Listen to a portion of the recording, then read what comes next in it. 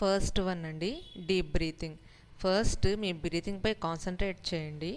4 seconds deep breath తీసుకొని 4 seconds hold చేయండి. Next 4 seconds వదలండి. ఇది మన నర్వ్స్ని కామ్ చేస్తుంది. నెక్స్ట్ వన్ అండి, గ్రౌండింగ్ ఎక్సర్సైజ్. దీన్ని 5 4 3 2 1 టెక్నిక్ అంటారండి.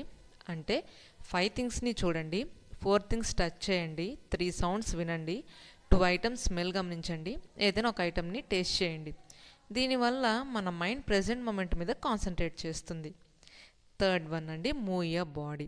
అది ఏదైనా అవ్వచ్చు, walk, stretch, dance are exercise.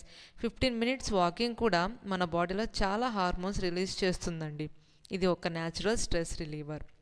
Next one, right down your emotions. Me emotions ఒక డైరీలో రాయండి. ఒక్కొక్కసారి మనం అజ్యూమ్ చేసుకున్న విధానం మన మైండ్ చాలా పెద్దదిగా తీసుకుంటుందండి.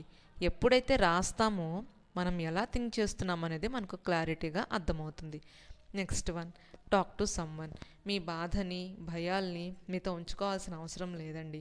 మీతో క్లోజ్గా ఉండే వాళ్ళతో షేర్ చేసుకుంటే కొంచెం ఫ్రీగా ఫీల్ అవుతారు. ఒకటి గుర్తుపెట్టుకోండి, మీరు షేర్ చేసుకున్న పర్సన్స్ మీ భయాన్ని పెంచేలా ఉంటే మాత్రం వాళ్ళని అవాయిడ్ చేయండి. ఇన్ కేస్ ఎవరితో షేర్ చేసుకోలేమనుకున్నప్పుడు ఒక టెంపుల్కి వెళ్ళి అక్కడ ప్రశాంతంగా దేవునితో మీ బాధని చెప్పుకోండి. ఖచ్చితంగా రిలీఫ్ వస్తుంది. నా వీడియోస్ కనుక మీకు నచ్చినట్లయితే please like, share and subscribe to my channel improving and inspiring.